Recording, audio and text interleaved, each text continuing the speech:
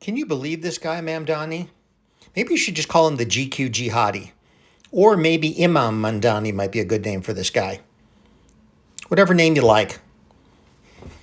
Muslim Brotherhood Mamdani? Look at who he has his picture taken with there.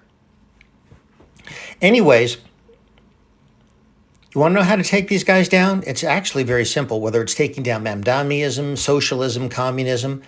Demand that the Learjet leftists, there's the name you need to be using for the people who run the Democratic Party, and these elitist jerks, don't ever call them elite, please. They're elitist jerks, who what they've got in store for you, you don't want the scraps off their floor. Just appeal to the greed of socialists. Socialism is nothing but greed, thinking that other responsible people are entitled to pay your bills for you. What's selfishness and greed? You don't want their scraps off the floor government programs, some subsidized subway or bus system, some grocery store government-owned that's going to be out of stock, or any of the other garbage. What, rent-controlled apartments? You're never going to get those built. No builder's going to go with that. You don't want that garbage. You know what you want? You want their life of opulence and royalty. You want their $30,000 an hour private jets. You want their multiple mansions. You want their big stretch limos. You want their lavish estate parties and private armed bodyguards. You're not going to settle for scraps off the floor. Demand that they tell you why you don't get that and why they get the lifestyle of opulence and royalty.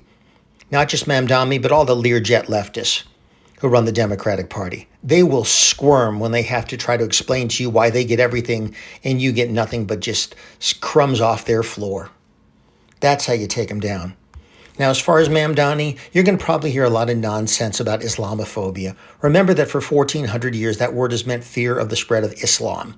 The whole idea that means discrimination against Muslims, and notice how everyone just bought into it, that was the Islamists themselves that got the definition changed. For 1,400 years, Islamophobia has meant fear of the spread of Islam. And who would blame anyone for that? 180 million dead, women with less rights than farm animals have in the U.S. and Israel, gays and LGBT all murdered, and the kings of black slavery. Well, 300,000 black slaves went to all of North America combined. Between 14 to 20 million black slaves went to the Arab world.